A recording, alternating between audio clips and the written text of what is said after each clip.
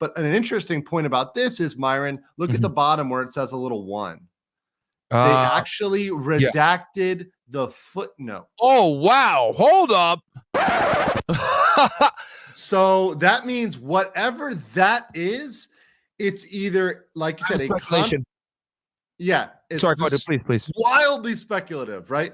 But I mean, based on my professional opinion, it's either citing to a confidential source or some sort of procedure and policy that is top secret on the handling of top secret documents. So one or the other.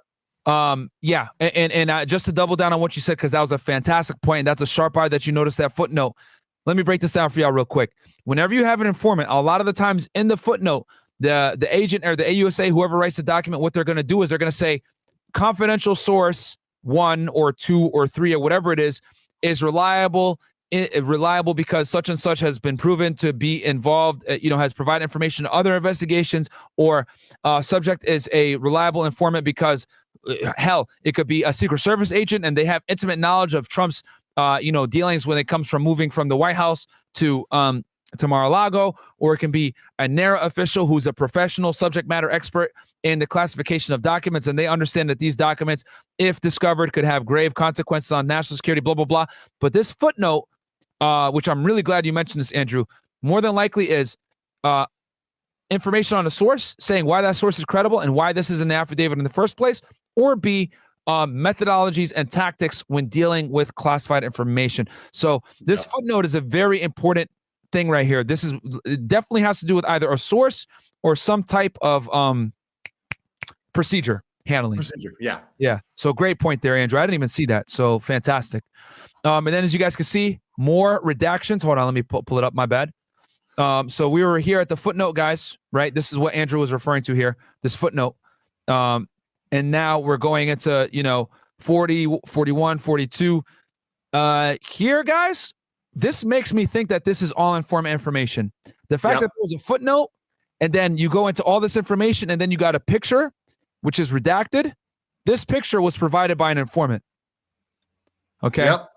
And I'm willing to bet, once again, the reason why the FBI has these pictures, like, you guys got to remember, when you're trying to get a search warrant, okay, you need to take pictures and put things in your affidavit that prove the evidence that you're looking for is there, okay?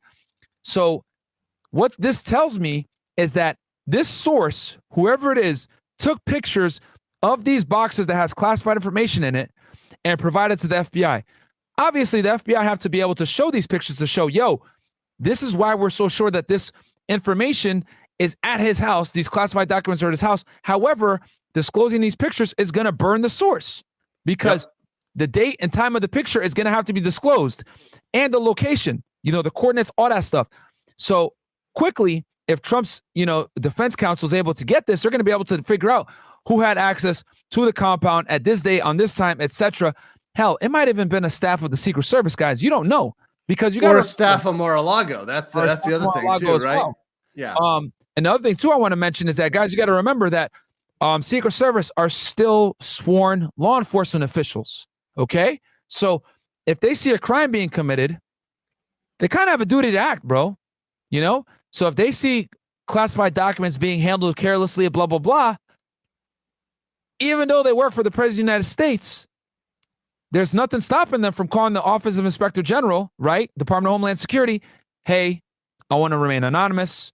This is what's going on, blah, blah, blah. And then obviously the Office of Inspector General, DHS has no venue there.